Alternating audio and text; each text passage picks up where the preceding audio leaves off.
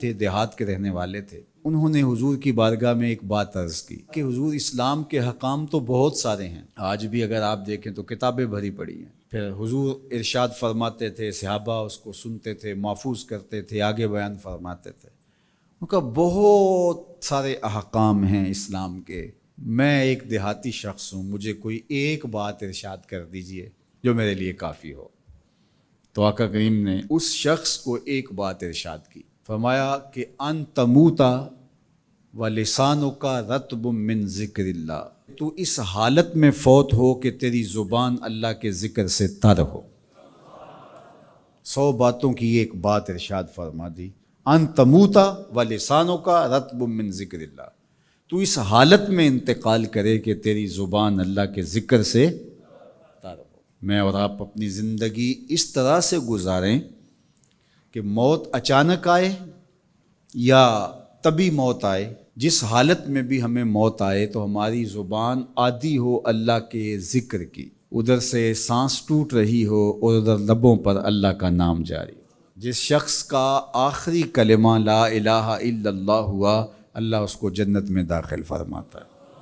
اور کتنے خوش نصیب لوگ ہوتے ہیں کہ مرتے ہوئے جن کے لبوں پر اللہ کا باقاعدہ نام آتا ہے، اللہ کا ذکر ان کے لبوں کا وظیفہ ہوتا ہے۔ اور کچھ لوگ ان کو تلقین بھی کریں تو زبان پہ اللہ کا نام نہیں آ پاتا۔ اور ان میں سے ایک وہ شخص جو شراب کا عادی ہے یا کسی بھی نشہ آور چیز کو لیتا ہے، تو ایسے شخص کو مرتے ہوئے کلمہ نصیب نہیں ہوتا۔ جو اس کو دنیا کے اوپر سزائیں دی جاتی ہیں، ان سزاؤں میں سے ایک سزا یہ ہے کہ مرتے ہوئے اس کے لبوں پہ کلمہ نہیں آتا۔ اور علماء نے یہ بھی لکھا ہے کہ جو بے نماز ہے، نماز نہیں پڑھتا، مرتے ہوئے اس کے لبوں پہ بھی کلمہ جاری نہیں ہوتا۔ اللہ اکبر۔ تو ایک جامع بات ارشاد کر دی کہ ان تموتا و لسانک رطب من ذکر اللہ، تو اس حالت میں فوت ہو کہ تیری زبان اللہ کے ذکر سے تر ہو۔ قرآن مجید میں ہمیں اللہ تعالیٰ نے یہ بھی حکم دیا ہے کہ مجھے یاد کرو، اور یہ بھی حکم دیا ہے کہ مجھے فراموش نہ کرو۔ وَلَا تَكُونُوا كَالَّذِينَ نَسُوا اللَّهَ فَأَنسَاهُمْ أَنفُسَهُمْ أُولَٰئِكَ هُمُ الْفَاسِقُونَ، ان لوگوں کی طرح نہ ہو جانا جنہوں نے اللہ کو فراموش کر دیا، اللہ کو بھول گئے۔ جب کوئی خدا کو بھول گیا تو خدا پھر اس کو فراموش کر دیتا ہے، اور اس کی سزا کیا ہے کہ وہ خود فراموشی کا شکار ہو جاتا ہے، وہ اپنے آپ سے بھی آگاہ نہیں رہتا۔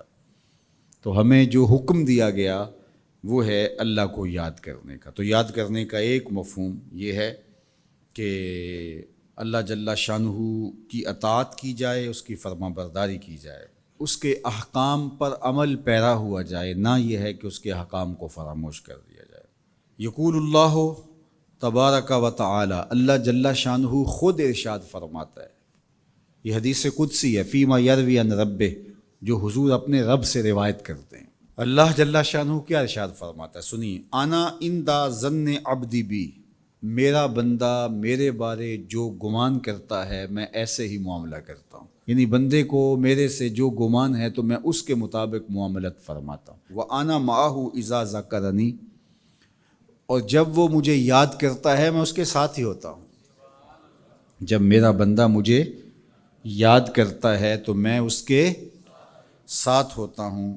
فَإِذَا ذَكَرَنِي فِي نَفْسِهِ ذَكَرْتُهُ فِي نَفْسِي، جب وہ مجھے اپنے دل میں یاد کرتا ہے تو میں بھی اسے اکیلے یاد کرتا ہوں۔ کتنی بڑی بات ہے کہ کسی کو رب یاد کرے، اللہ اکبر۔ کہا جب وہ اکیلے مجھے یاد کرتا ہے تو میں بھی اس کو اکیلے یاد کرتا ہوں۔ وَإِن ذَكَرَنِي فِي مَلَئٍ ذَكَرْتُهُ فِي مَلَئٍ خَيْرٍ مِّنْهُمْ، اگر وہ مجھے مجمع میں یاد کرتا ہے، لوگوں کے ہجوم میں یاد کرتا ہے، تو میں بھی اسے مجمع میں یاد کرتا ہوں جو اس مجمع سے بہتر ہے، اس اجتماع سے بہتر ہے۔ یہاں نیک بد گناہ گار سارے طرح کے لوگ ہیں، لیکن میں فرشتوں کے اجتماع میں یاد کرتا ہوں۔ اللہ اکبر۔ کیا منظر ہوتا ہوگا کہ جب اللہ فرشتوں میں کسی بندے کو یاد فرما رہا ہو، اللہ اکبر۔ اور ایک حدیث میں جو ہے وہ اس کے پھر آگے لفظ جو ہے یہ ہیں، میرا بندہ میری طرف اگر ایک بالشت چل کے آتا ہے تو میں ایک ذرا آتا ہوں، اور میرا بندہ میری طرف اگر ایک قدم آتا ہے 70 قدم آتا ہوں۔